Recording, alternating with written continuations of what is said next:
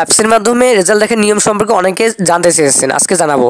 তো আমরা প্রথমে প্লে স্টোরে ঢুকে পড়লাম, তারপর এখানে সার্চ দেবো এক্সাম রেজাল্ট বিডি লিখে। আপনারা এক্সাম রেজাল্ট বিডি লিখে সার্চ দেবেন। সার্চ দেওয়ার উপরে যে অ্যাপসটা দেখতে পাচ্ছেন এটা ইনস্টল করে ওপেন করে নেবেন। ওপেন করে নেওয়ার পর এখানে তিনটে দেখেন সাইট দেখা যাচ্ছে, তার মধ্যে প্রথম সার্ভারে আমরা গিয়ে ফর্ম ফিল আপ করে নেব। প্রথমে ইয়ার, তারপর বোর্ড, তারপর রোল, রেজিস্ট্রেশন নাম্বার লিখে সাবমিট বাটনে ক্লিক করলে আমাদের রেজাল্টটি আমরা পেয়ে যাব। যদি প্রথম সার্ভার ডাউন থাকে তাহলে আমরা দ্বিতীয় সার্ভারে ক্লিক করব। এখানে পরীক্ষার নাম লিখে দেব, তারপর পরীক্ষার সাল, তারপর বোর্ডের নাম এবং ফলাফলের ধরন লিখে দেব।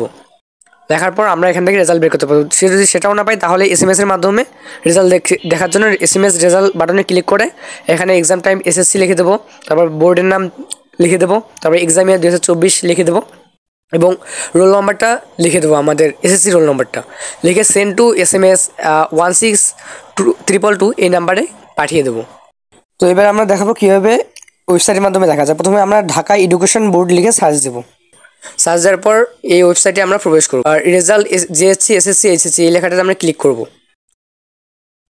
তারপর একটু নিচে যাব, নিচে যাওয়ার পর এখানে পরীক্ষার নাম লিখে দেবো, এসএসসি পরীক্ষা, এসএসসি বা দাখিল বা সম্মান, পরীক্ষার সাল 2024, বোর্ডের নাম আপনার নিজ বোর্ডের নামটা লিখে দেবেন। ফলাফলের ধরন এখানে হবে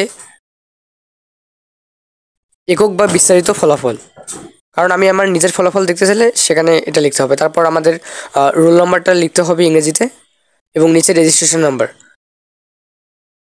তারপর এখানে একটা কোড দেওয়া আছে, নিরাপত্তা চাবি কি, এটা আসলে যেটা লেখা থাকবে ওটাই নিচে লিখতে হবে।